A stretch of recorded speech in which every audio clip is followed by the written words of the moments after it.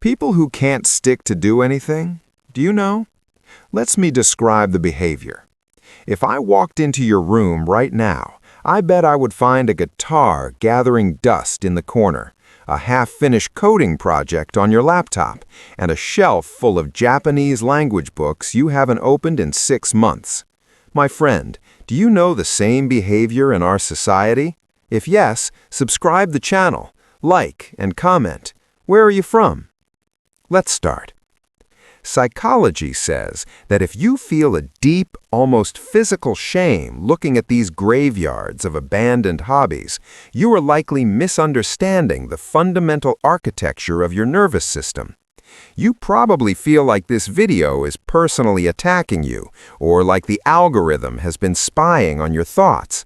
But the anxiety you feel, that fear that you are broken because you can't just pick a lane, isn't a character defect. It is a symptom of a cognitive trait called multipotentiality. You don't lack grit. You have a brain that values synthesis over specialization. Before we break down the biology of why you quit, I created a newsletter community where I share knowledgeable psychology about you. So if you would love to join the crew, check it out in the description after watching.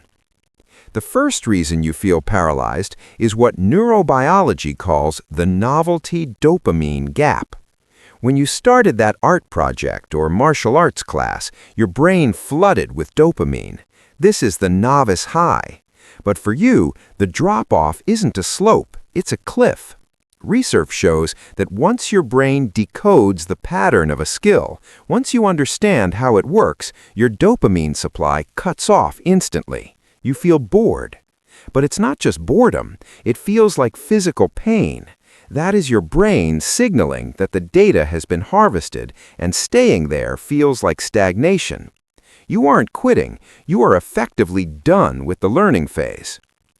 Now, understanding the chemical drop explains the boredom, but it doesn't explain why you can't force yourself to push through like other people. This brings us to a specific area of the brain called the anterior mid-cingulate cortex, or the aMCC. Neuroscientists often refer to this as the willpower muscle. When you do something you don't want to do, this area lights up. For many of you watching, especially those with ADHD tendencies, trying to force focus on a solved puzzle causes this area to fatigue rapidly. You aren't lazy, you are mentally lifting 500 pounds while everyone else is lifting 50. However, having a sensitive aMCC isn't the end of the story. The real tragedy is the lie society told you about your purpose. You've likely heard the phrase, "jack of all trades, master of none," used as an insult to keep you in line. But that is a misquote. The full original adage is, "a jack of all trades is a master of none, but oftentimes better than a master of one." Evolutionary psychology supports this. We are told to specialize, to be the best accountant or the best surgeon.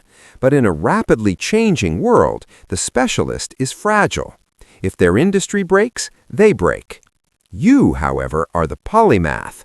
When you quit guitar to learn coding, and then quit coding to learn psychology, you didn't waste time. You were building a unique stack of skills that no specialist can compete with. You are the person who can write code with psychological hooks or create music using mathematical structures.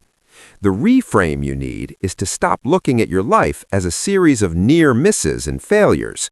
You aren't starting and stopping, you are collecting and combining.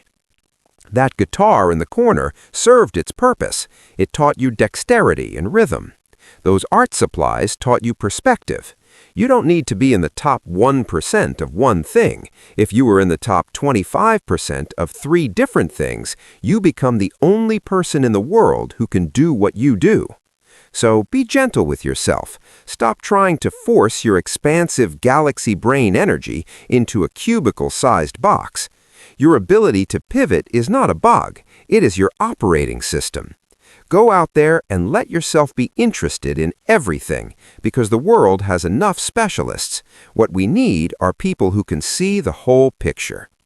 If this video made you feel less alone, drop a brain emoji in the comments to show you're part of the tribe. Stay with us with new psychology facts.